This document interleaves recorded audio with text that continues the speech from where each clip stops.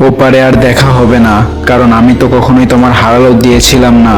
ছিলাম কেবল এক নিষিদ্ধ গল্প, যার শুরুটা ভালোবাসায় ভরা আর শেষটা ছিল নীরব বিদায় লেখা।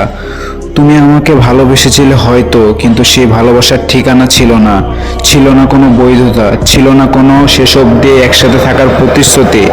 আমি ছিলাম তোমার জীবনে সেই অংশ যাকে তুমি লুকিয়ে রেখেছিলে পৃথিবীর চোখে থেকে। আর এক সময় নিজেকেও বুঝিয়েছিলে এটা ঠিক না। জানো, সবচেয়ে বেশি কষ্ট এখনই।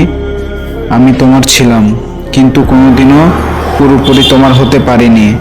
তোমার নামের পাশে কোনো পরিচয় ছিল না, ছিল না কোনো অধিকার, ছিল শুধু একরাশ অনুভূতি যা প্রতিদিন একটু একটু করে ভেঙে গিয়েছে।